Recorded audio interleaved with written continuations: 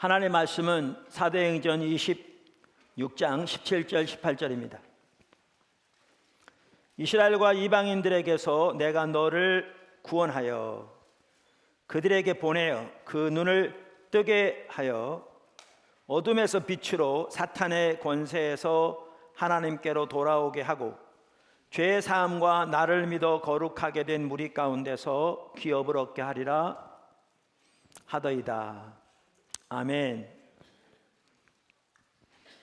우리가 오늘부터 그 하나님 나라에 대해서 시리즈로 좀 살펴보기 원합니다. 우리의 신앙생활에서 가장 중요한 요소 중에 하나가 하나님 나라에 대한 이해입니다. 그래서 우리는 하나님 나라의 관점에서 우리의 구원과 신앙을 이해하고 하나님 나라의 백성으로서의 삶을 살아가는 것이 정말 우리에게 가장 중요한 부분 중에 한 부분입니다.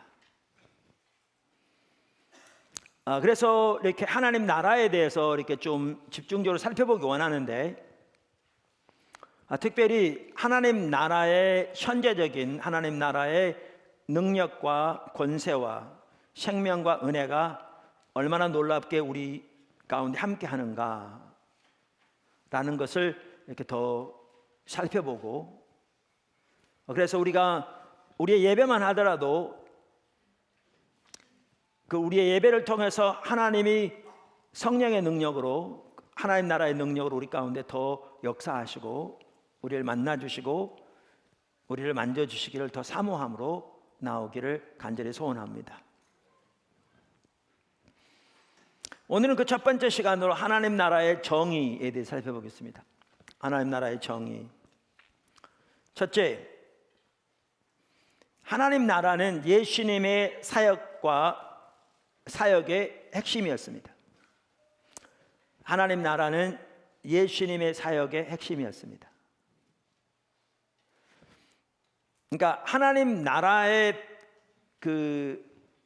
나라의 주제가 우리 신앙생활에서 가장 중요한 요소 중에 하나라는 사실은 예수님이 전하신 메시지와 예수님이 감당하신 사역의 중심에 하나님 나라가 있었다는 것만 보더라도 명확합니다. 학자들이 다 동의하는 바 예수님의 사역에서 가장 핵심은 하나님 나라였습니다. 이것은 사복음서를 보면 명확하게 알 수 있습니다. 그래서 우선 예수님은 오셔서 하나님 나라를 선포하셨습니다. 회개하라, 천국이 가까웠느니라.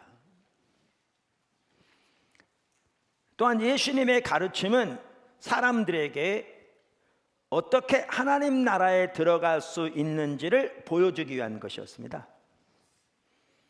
마태복음 5장 20절, 7장 21절 등. 또한 예수님의 놀라운 표적과 기사들은 하나님 나라가 이 땅에 이미 임한 것을 증명하기 위한 것이었습니다. 더 나아가 예수님의 비유들은 하나님 나라에 관한 진리를 제자들에게 설명해 주기 위한 것이었습니다. 예를 들어 마태복음 13장만 하더라도 많은 비유가 나오는데 그 모든 비유가 하나님 나라에 대한 비유입니다. 그래서 그 비유들에서 예수님은 하나님 나라에 관한 진리들을 제자들에게 설명하고 계십니다. 예수님은 제자들에게 하나님 나라의 도래를 위해 기도하라고 말씀하셨습니다. 우리가 흔히 잘 아는 주기도문, 주의 나라가 임하시오며, 그러니까 하나님 나라가 임하도록 기도하라고 우리에게 가르치셨죠. 또한 예수님은 돌아가시기 전날 밤 자신의 제자들에게 앞으로 그들과 함께 하나님 나라의 행복과 교제를 나누게 될 것이라고 확신시키셨습니다. 누가복음 22장 22절에 30절. 또한 예수님은 준비된 자들에게 하나님 나라의 축복을 가져다 주기 위해 영광 중에 이 땅에 다시 오실 것이라고 약속하셨습니다. 마태복음 25장, 31장, 34장 등에서 이와 같이 하나님 나라는 예수님의 사역의 중심에 있었습니다. 이 한 가지 사실만 하더라도 하나님 나라에 대한 올바른 이해가, 그리고 그 올바른 이해에 따르는 삶이 우리 신앙생활에서 얼마나 중요한 부분인가를 명확하게 볼 수 있습니다. 자, 둘째, 하나님 나라의 정의, 이제 성격이죠. 자, 그러면 성경이 말하는 하나님 나라는 무엇인가? 그러니까 우리는 하나님 나라, 이걸 다른 말로 하면 하늘나라거든요. 그러니까 성경에 보면 하늘나라란 말과 하나님 나라란 말이 나오는데 같은 걸 의미합니다. 자, 그럼 우리는 하늘나라 하면 어떤 인식을 가지고 있습니까? 우리가 죽으면 가는 그 천국, 그러니까 천국이란 말이 역시 하늘나라, 하나님 나라 같은 뜻인데 이런 이해를 가지고 있습니다. 당연히 죽으면 가는 곳이 하나님 나라죠. 그런데 하나님 나라는 뭐죠? 거기에 제한되어 있지 않습니다.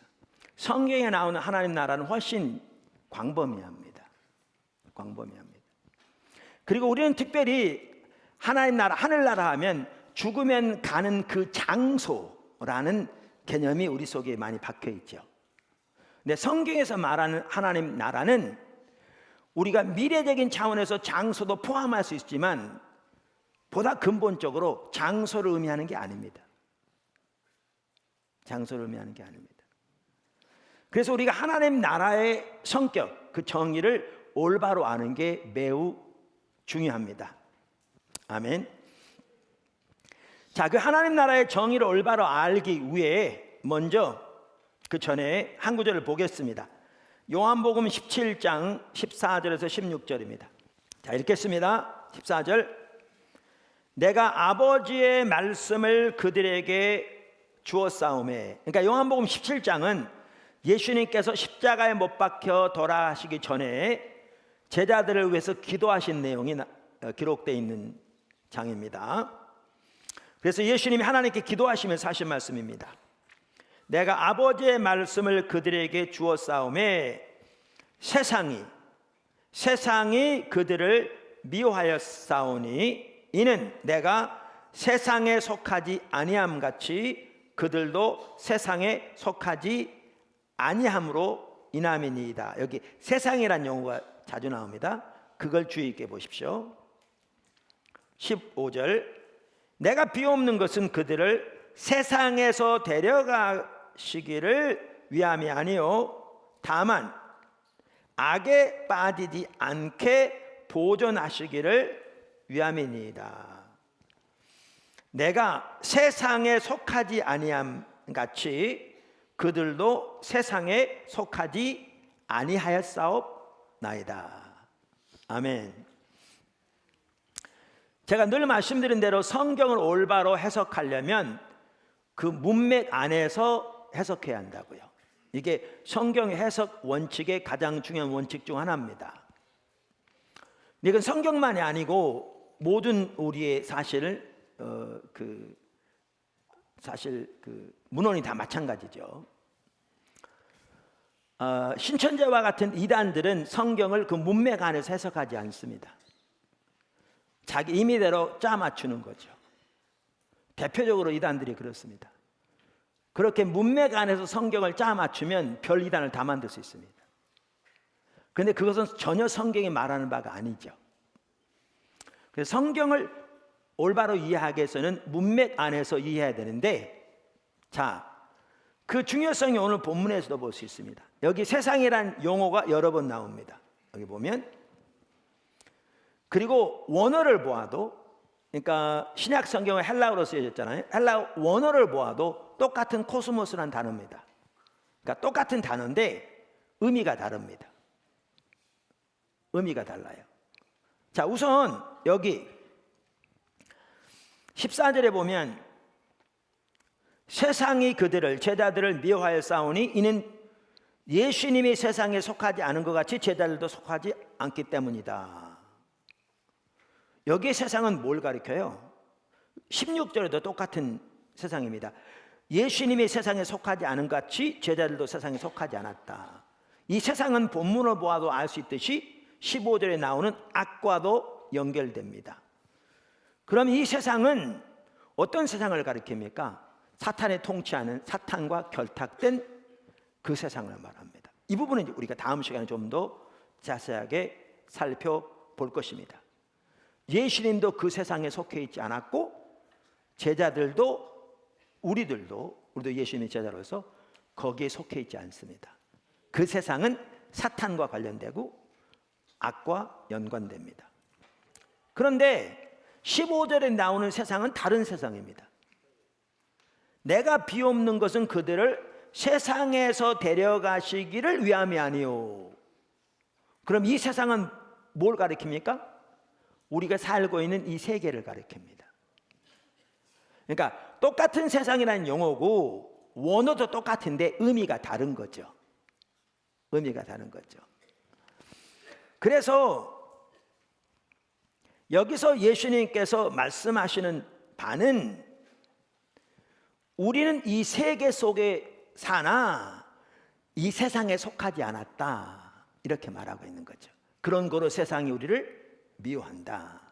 그걸 다른 말로 표현하면, 성경대로 표현하면 우리는 세상에 사나 그 세상은 세계라는 의미고 세상에 속하지 않았다. 이 세상은 사탄의 통치 아래에 있는 죄악된 세상을 가리키는 거죠. 속하지 않았다, 이렇게 말하고 있습니다. 자, 그런데 우리는 여기에서 하나님 나라와 관련해서 매우 중요한 사실을 볼 수 있습니다. 그것은 성경이 말하는 하나님 나라나 사탄의 나라는 어떤 지역이나 영토를 말하는 것이 아니라는 사실입니다. 지역이나 영토를 말하는 것이 아니라는 사실입니다. 과거에, 특별히 오늘날도 그런 이해를 가지고 있는 사람들이 덜어 있습니다만은, 특별히 중세시대에 이 세상은 타락해서 죄악이 가득하기 때문에 이 세상을 떠나서 수도원 같은 데 가서 따로 격리되어 사는 것이 하나님 나라 백성의 삶이라고 잘못 이해한 때가 있었습니다. 그러나 그것은 잘못된 이해입니다.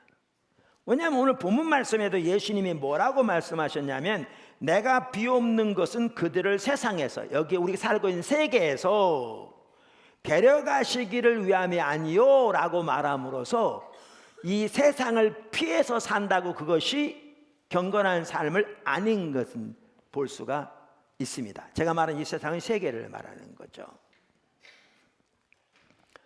여러분, 오늘날도 적지 않은 사람들이 교회는 거룩한 곳이고 소위 말하면 세상은 속된 것이라고 생각하는데요, 하나님의 나라는 장소에 있지 않습니다. 여러분이 여기에 있다고 거룩하지 않습니다. 일단 나옵니다, 명확하게. 사실 중세시대만 하더라도 그렇게 소위 말하면 세상을 등지고 수도원 같은 데 가서 살았는데, 역사를 보면 그곳에서 수많은 죄악들이 범해졌던 것을 우리는 잘 압니다. 그래서 하나님의 나라는 어떤 장소에 있지 않습니다. 장소에 있지 않습니다.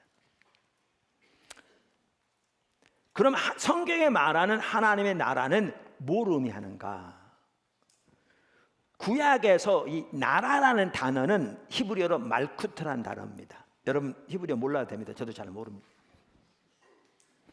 신약에서 나라라는 단어는 바실레이아라는 단어입니다. 바실레이아. 그런데 구약에 나오는 나라라는 단어인 말쿠트건 신약에 나오는 바실레이아건 둘 다 왕에 의해 행사되는 지위, rank, 권세, authority, 그리고 통치권, sovereignty, 그것을 의미합니다. 그러니까 구약에 나오는 나라건 신약에 나오는 나라건 둘 다 왕에 의해 행사되는 지위, 권세, 그리고 통치권을 의미합니다. 그래서 이 단어가 하나님 나라를 말할 때는 항상 하나님의 다스림, God's reign, 하나님의 통치, God's rule, 하나님의 통치권, God's sovereignty를 의미합니다. 그것이 행사되는 영토나 영역이나 지역이나 장소를 의미하는 게 아닙니다. 그래서 하나님 나라 이렇게 말할 때 훨씬 더 좋은 번역은 하나님의 왕국 이렇게 번역하는 것이 좋은 번역입니다. 근데 여호와의 증인들이 여호와의 왕국이라는 단어를 뺏어가 버려서 좋은 단어들은 다 이단들이 써버린 바람에 그렇습니다만은, 자, 성경에 나오는 그 대표적인 몇 구절들을 보겠습니다. 이와 관련된 구절들을 보겠습니다. 좀 더 자세하게 이해하기 위해서. 자, 먼저 구약의 세 구절을 볼 텐데 네 구절입니다. 하나는 시편 103편 19절입니다. 시편 103편 19절. 제가 아까 여러분이 성경을 찾으시는 게 좋겠다 이렇게 말씀드렸죠. 시편 103편 19절. 여호와께서 그의 보좌를 하늘에 세우시고 그의 왕권으로 만유를 다스리시도다. 여기 19절에 보면 하나님의 나라라는 단어를 뭐라고 번역하고 있습니까? 왕권이라고 번역하고 있습니다. 그러니까 나라라는 단어를 이 구절에서는 왕권이라고 번역하고 있습니다. 그래서 하나님의 나라, 즉 하나님의 말쿠트는 하나님의 우주적인 통치이고 온 세상을, 온 땅을 다스리는 그분의 통치권입니다. 할렐루야. 자, 시편 145편 11절. 시편 145편 11절 한번 보십시오. 그들이, 자, 우선 여러분 시편에 나오는 가장 주된 특징 중에 하나가 평행법이라고 그랬죠. 그러니까 평행법은 두 개의 문장을 평행선처럼 나란히 이렇게 표현하고 있는데 그 의미를 더 충분하게 설명하기 위해서 두 문장이 의미하는 바가 같은 거라고 그랬잖아요. 그랬죠? 자, 여기 지금 시편 145편에 나옵니다. 11절. 그들이 주의 나라의 영광을 말하며 주의 업적을 알려서. 자, 여기에 보면 주의 나라를 다른 말로 뭐라고 표현하고 있습니까? 주의 업적이라고 표현하고 있습니다. 주의 업적. 그런데 우리말 개역 개정판에 주의 업적이라고 번역된 단어는 능력이란 단어입니다. 그래서 이전 개역 성경에는 그것을 뭐라고 번역했냐면 능이라고 번역했죠. 능. 그래서 여기에 보시면 하나님의 나라를 다른 동의어로 사용한 말이 능력이라는 말이죠. 능력이란 말입니다. 그러니까 13절도 마찬가지입니다. 13절 바로 그 아래 주의 나라는 영원한 나라이니 주의 통치는 대대에 이르리이다. 여기에 보면 주의 나라를 다른 말로 뭐라고 표현하고 있습니까? 주의 통치라고 표현하고 있습니다. 이게 평행법으로서 같은 걸 의미한다니까요. 같은 걸 의미합니다. 그래서 주의 나라는 다른 말로 주의 통치입니다. 그래서 여기 시편 145편 13절에서 영원한 것은 그분의 통치의 영역인 하늘과 땅이 아닙니다. 성경에 보면 명확하게 말씀하고 있는 바와 같이 이 하늘과 이 땅은 없어질 것이라고 말합니다. 두루마리처럼 말릴 것이라고. 그리고 새 하늘과 새 땅이 임할 것이라고 성경은 분명하게 말씀하고 있습니다. 그래서 여기서 영원한 것은 그분의 통치의 영역인 하늘과 땅이 아닙니다. 여기에 영원한 것은 그분의 통치입니다. 실로 하나님의 통치는 영원무궁할 것입니다. 영원무궁할 것입니다. 그래서 주의 나라가 영원하다는 말은 그분이 다스리는 영역이 영원하다는 말이 아니라 그분의 통치가 영원하다는 말입니다. 할렐루야. 자, 세 번째, 두 단계로 임하는 하나님의 나라.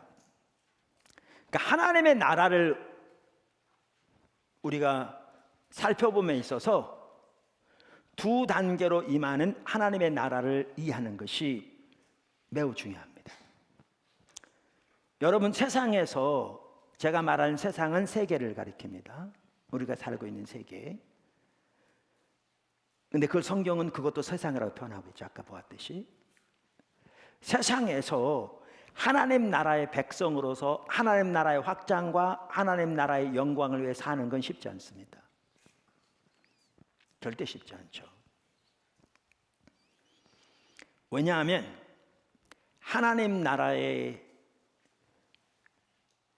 나라와 세상 나라, 즉 사탄의 나라의 가치관과 삶의 방식은 빛과 어둠이 다른 것처럼 분명하게 다릅니다. 여러분, 우리가 살고 있는 세상, 그 말은 세계. 아까 예수님께서 하나님이 제자들을 세상에서 데려가기를 원하심이 아니요 말할 때 그 세계. 이 세계는요, 하나님 나라와 세상 나라, 사탄의 나라 사이에 극심한 영적 전쟁이 있습니다. 치열한 영적 전쟁이 있습니다. 그 두 나라 사이의 삶의 방식과 가치관은 빛과 어둠이 다른 것처럼 다릅니다. 그래서 우리는 두 단계로 임하는 하나님 나라를 올바로 이해하는 것이 매우 중요합니다. 자, 작은 첫 번째, 하나님의 나라가 예수님의 삶과 사역 안에서 현재의 악한 세대 속으로 지금 여기에 이미 임했습니다. 하나님의 나라가 예수님의 삶과 사역 안에서 이 현재 악한 세대 속으로 지금 여기에 이미 임했습니다. 길게 못 쓰시면 괜찮습니다. 제 책에 다 나와 있습니다. 기초성경 공부 3권. 하나님과 동행하는 삶. 여기에 중요한 단어가 몇 개 있습니다. 하나는 예수님의 삶과 사역 안에서, 또 하나 현재 악한 세대 속으로, 또 하나 지금 여기에, 또 하나 이미. 이게 중요한 단어들입니다. 중요한 단어들. 유대교 종말론에서는 시간을 둘로 나눴습니다. 유대교 종말론은 시간을 둘로 나눴습니다. 그러니까 이 세상 신이 다스리는 이 현재의 악한 세대, this present age, 그것과 하나님이 오셔서 다스리실 다가오는 세대, the age to come, 이렇게 둘로 나눴습니다. 유대인의 종말론에서는. 그리고 하나님의 나라는 다가오는 세대의 도래와 아울러 이 땅에 임하게 되어 있습니다. 무슨 아시겠죠? 그러니까 유대교 종말론에서는 시간을 둘로 나눠서 사단이 이 세상 신으로 다스리는 이 현재 악한 세대와 하나님이 오셔서 통치하시고 다스리실 다가오는 세대, 이 둘로 나눴는데, 하나님의 나라는 다가오는 세대의 도래와 아울러 혹은 취임과 아울러 이 땅에 오도록 되어 있습니다. 여기 취임이라는 말을 쓴 것은요, 학자들이 쓰는 용어입니다. 영어로 inauguration이라고 그러는데 대통령 취임하고 왕 즉위할 때 쓰는 단어가 그 단어입니다. 그게 학자들이 하나님 나라의 도래를 표현할 때 쓰는 용어입니다. 학적으로 많이. 그래서 다가오는 세대는 말씀드린 대로, 그러니까 하나님 나라는 다가오는 세대와 아울러 다가오는 세대의 도래와 아울러 함께 오게 돼 있었는데, 바로 그 하나님의 나라가 예수님의 삶과 사역 안에서 이 땅에 임했습니다. 예수님의 삶과 사역 안에서 하나님의 나라가 다가오는 세대가, 다른 말로 하면 이 현재 악한 세대 속으로 침투하게 되었습니다. 그래서 하나님의 나라가 이 땅에 이미 임한 것과 그 하나님의 나라가 지금 어떻게 일하고 있는가를 가장 극적으로 보여주는 구절 중에 하나가 마태복음 12장 28절 29절입니다. 사실 이 마태복음 12장 28절 29절은 학자들이 하나님 나라와 관련해서 매우 중요한 구절로 이해하는 구절 중에 하나입니다. 마태복음 12장 28절에서 29절 한번 다 찾아보시죠. 오늘 구절 다 찾아보라고 그랬잖아요. 이 배경은 이렇습니다. 예수님께서 귀신 들려 눈멀고 말 못하는 사람에게서 귀신을 귀신을 쫓아내심으로써 그 사람을 치유해 주셨습니다. 22절에 나옵니다. 그랬더니 바리새인들이 이것을 보고 예수님께서 귀신의 왕인 바알세불을 짚어서 힘입어서 귀신을 쫓아냈다고 비난했습니다. 24절. 그랬더니 그에 대한 답변으로 하신 말씀이 이 말씀입니다. 답변으로 하신 말씀이 이 말씀입니다. 읽겠습니다. 사람이 먼저 강한 자를 결박하지 않고서야 어떻게 그 강한 자의 집에 들어가 그 세간을 강탈하겠느냐. 정말 중요한 말입니다. 하나하나 다시 읽겠습니다. 사람이 먼저 강한 자를 결박하지 않고서야 어떻게 그 강한 자의 집에 들어가 그 세간을 강탈하겠느냐. 결박한 후에야 그 집을 강탈하리라. 나와 함께 아니하는 자는 나를 반대하는 자요, 나와 함께 모으지 않은 자는 해치는 자니라. 자, 여기 특별히 28절 보십시오. 자, 그런 배경 문맥을 볼 때에 우선 여기에 강한 자가 누굽니까? 여기에 강한 자는 사탄을 가리킵니다. 그러면 그 세간은 뭘 가리킵니까? 그 강한 자의 지배 아래서, 그러니까 가장 먼저는 그 강한 자의 지배 아래서 귀신 들려 말 못하고 눈 멀었던 그 사람을 의미합니다. 가장 먼저는 직접적으로. 왜냐하면 그걸 지금 설명하면서 하신 말씀이니까. 그런데 보다 광범위하게는 사탄의 통치 아래서 신음하고 고통당하는 모든 이런 영혼들을 다 포함합니다. 세간. 그럼 여기에 예수님이 그 귀신 들린 자를 치유하신 것은 더 강한 자이신 예수님께서, 동일한 내용이 누가복음 11장 22절에도 나오는데요, 거기에 보면 예수님이 더 강한 자라고 표현되어 있습니다. 더 강한 자이신 예수님께서 성령의 능력으로 강한 자인 사탄을 결박하고 그 세간인 그 사람을 자유케 하신 사건이 바로 그 사건이었습니다. 그런데 성경은, 그러니까 예수님은 여기에서 명백하게 말씀하신 것이 이 사건이 하나님 나라가 이미 우리들 가운데 임한 것을 보여주는 증거라고 말씀하셨습니다. 증거라고 말씀하셨습니다. 할렐루야.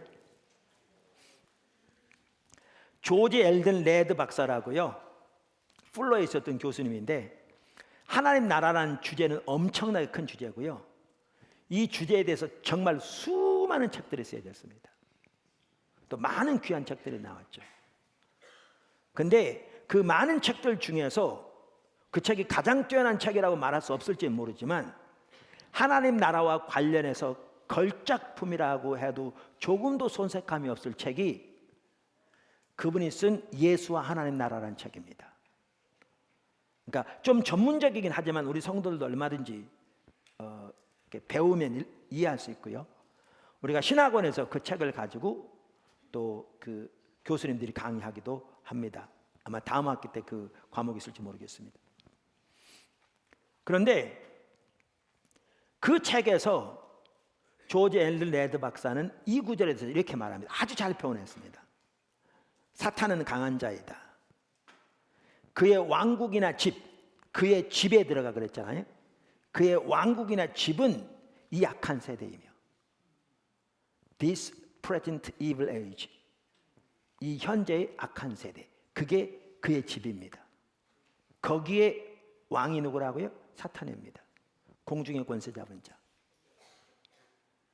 이며 그의 소유들은, 세간은 그의 악한 영향력에 아래 있는 사람들이다. 하지만 저가 자기 일들을 편안히 하도록 허용되지 않았다. 더 강한 자 예수가 쳐들어와서 저를 이겼다. 그 집에 쳐들어간 분이 누군가? 더 강한 자 예수입니다. 더 강한 예수. 이 구절대로. 그래서 침투라는 용어를 씁니다. 사단이 왕으로 다스리는 이 현재 악한 세대 속으로 신적인 침입자이신 더 강한 자 예수가 쳐들어온 거죠. 쳐들어온 거죠. 하늘의 권세를 버리고 쳐들어오신 거예요. 더 강한 자 예수가 쳐들어와서 저를 이겼다. 사탄에 대한 이 승리는 그것이 강한 자의 결박으로 묘사되거나, 마태복음 그렇게 묘사되어 있고요, 혹은 그의 무장해제로 묘사되거나, 그건 누가복음에 그렇게 묘사되어 있습니다. 간에 같은 것이다. 은유의 말로 예수는 사람들 중에서의 자기 자신의 사명을, 그러니까 사람들 가운데서 자신이 감당하신 자신의 소명을 어떤 식으로 표현했느냐 그 말이에요. 예수님은 이렇게 표현했다는 거죠. 자신의 사명을 악한 자를 공격해서 그를 이기고 그에게서 노략물을 뺏기 위해 사탄의 왕국으로 쳐들어가는 것으로 해석한다.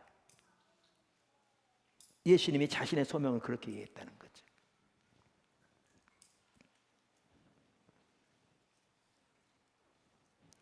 그 악한 자를 공격해서 더 강한 능력으로 그를 이기고 그에게서 노략물을 뺏기 위해 그 악한 자 사탄의 왕국으로 쳐들어가는 것으로 예수님은 자기의 소명을 해석했다는 거죠.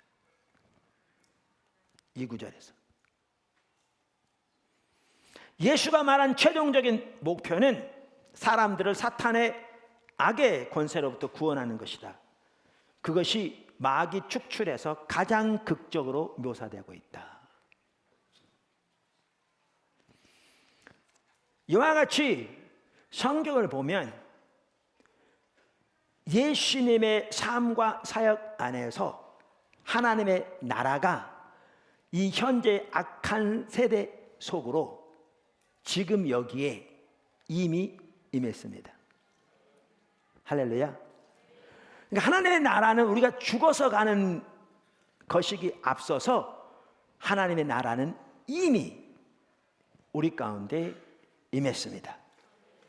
이게 중요합니다. 할렐루야. 그 하나님의 나라는 예수님이 하나님의 나라에 대한 비유에서 말씀하신 것처럼 겨자씨처럼 작게 시작됐습니다. 그러나 그 하나님의 나라는 지금 강력하게 확장되고 있습니다. 여태까지 확장되어 왔고요, 앞으로도 확장될 겁니다.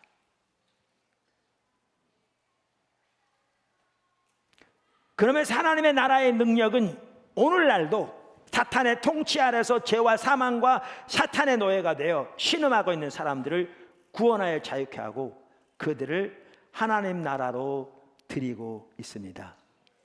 할렐루야. 전 세계적으로 하나님이 이러한 놀라운 일들을 이루고 계십니다.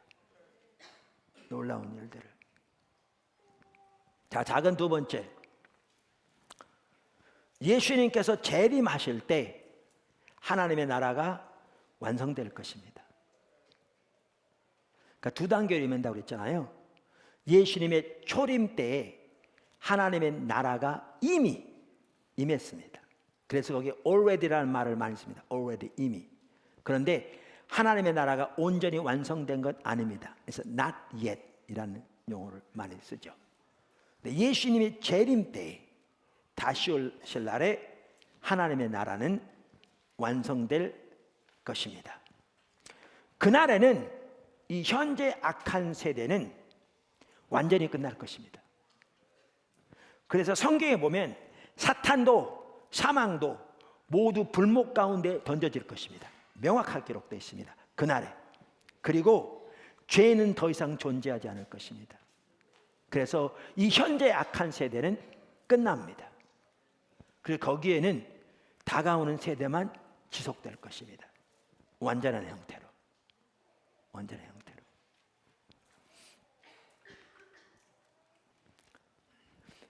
이와 같이 하나님의 나라는 이 땅에 이미 임했는데 아직 온전히 완성된 것은 아닌 이 긴장 가운데 우리는 살아가고 있는데요. 우리가 이것을 여러 가지 면에서 이렇게 적용해 볼 수 있습니다. 한 가지는 사탄과의 관계, 영적 전쟁에서도 마찬가지입니다. 그래서 예수님의 초림과 함께 특히 예수님의 십자가 부활을 통해서 사탄의 권세가 깨졌습니다. 사탄의 머리를 깨뜨리셨습니다. 하나님께서. 다시 말하면 사탄을 무장해제시키셨습니다. 골로새 2장 15절을 보면 명확하게 알 수 있습니다. 그런데 사탄의 모든 능력이 이 땅에서 완전히 사라진 건 아닙니다. 아직. 사탄은 여전히 이 세상 신으로 남아 있습니다. 그런데 그럼에도 불구하고 사탄의 운명은 이미 결정됐습니다. 그의 패배는 이미 확정됐습니다. 그의 권세는 이미 깨졌습니다. 그리고 예수님이 다시 오실 때 그 사탄의 패배는 완성될 것입니다. 말씀드린 대로 그는 영원한 불목 가운데 던져질 것입니다. 요한계시록 20장 10장. 그래서 이 승리를 많은 학자들이 D-Day와 B-Day로 이렇게 비유해서 설명합니다.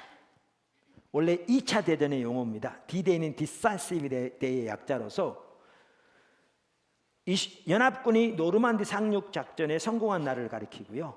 B-Day는 Victory Day의 약자로서 독일이 항복 문서에 조인하고 공식적으로 2차 대전이 끝난 날을 의미합니다. D-Day 하면 많은 젊은이들이 데이트하는 날로 여기는데, 그러면 왜 이렇게 D-Day와 B-Day로 나눠서 설명하느냐? 원래 오스카 쿨만 박사가 이 부분을 먼저 한 것 같은데요. 학자들이 대부분 동일한 용어를 비유를 사용해 설명합니다. 2차 대전 때 연합군이 노르만디 작전에서 상륙하여 유럽 본토에 발을 디딤으로써 독일군에게 결정타를 날렸습니다. 그러니까 2차 대전의 승리가 확보되었습니다. 제가 그 당시 유럽에서 전쟁에 참가했던 연합군으로 전쟁에 참가했던 한 분의 책을 보니까요. 그분이 그렇게 썼더라고요. 그때도 전투는 여전히 벌어졌습니다. 수많은 사람이 죽어나갔고요. 전투가 치열했습니다. 근데 그분이 그렇게 썼더라고요. 연합군이건 독일군이건 이 전쟁은 연합군의 승리로 끝났다는 사실을 의심하는 사람 한 사람도 없었다. 이미 승리는 확정됐습니다. 근데 여전히 전투가 일어나고 있었죠. 장군 소탕과 같은.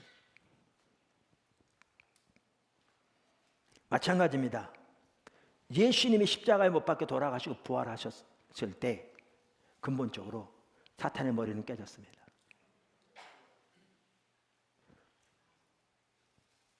전쟁의 승패는 이미 확정되었습니다. 사탄의 운명은 이미 결정되었습니다. 그러나 그 이후에도 여전히 전투가 일어나서 수많은 사람들이 죽어나갔던 것처럼 여전히 오늘날 사탄은 그의 일을 감당하고 있습니다. 네, 그럼에도 불구하고 그 당시에 아무도 그 전쟁이 연합군의 승리로 끝났다는 사실을 의심하는 자가 없었던 것처럼 사탄의 운명은 결정되었습니다. 이 전쟁의 승리는 이미 확보되었습니다. 역사의 마지막 페이지는 이미 쓰여졌습니다. 쓰여졌습니다.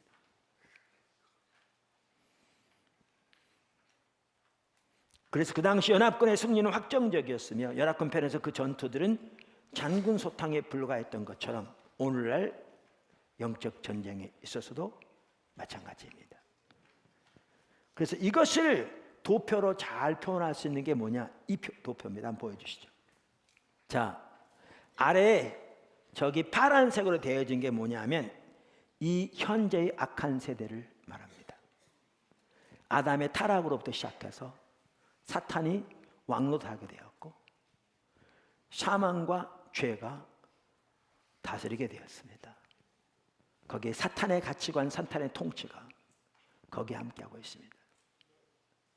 그런데 이 현재 악한 세대 속으로 신적인 침입자이신 하나님의 아들이 침투하셨습니다.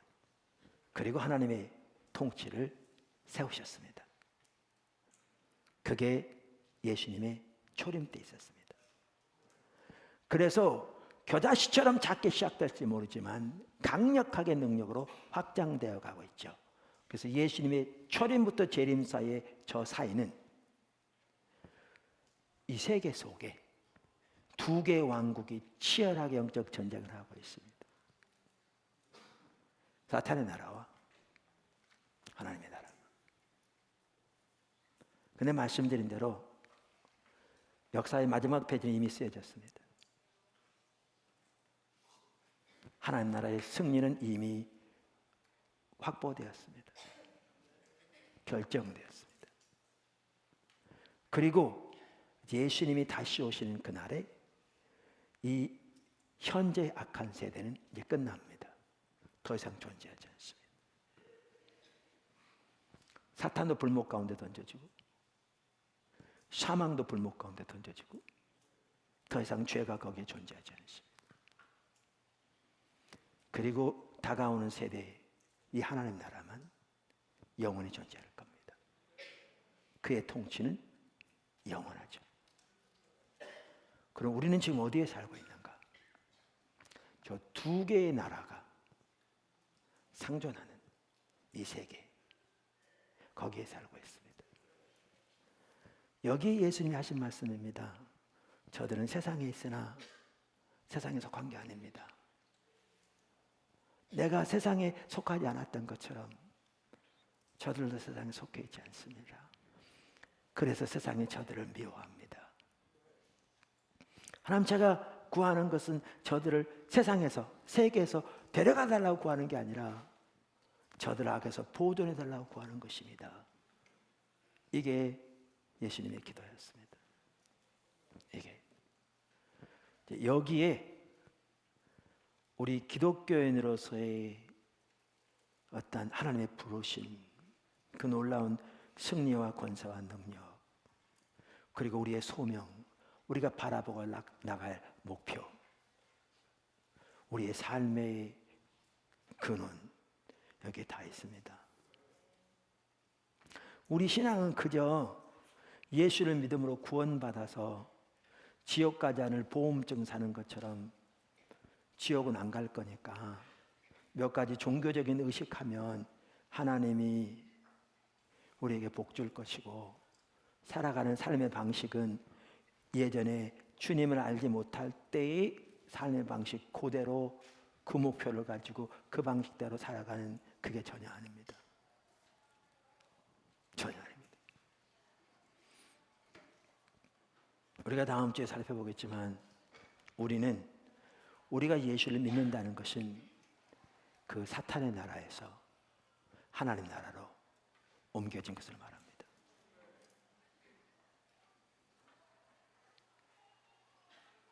거기에는 전혀 다른 삶의 방식과 전혀 다른 삶의 목표와 무엇보다 전혀 다른 하나님 나라의 능력과 생명과 자원이 함께합니다.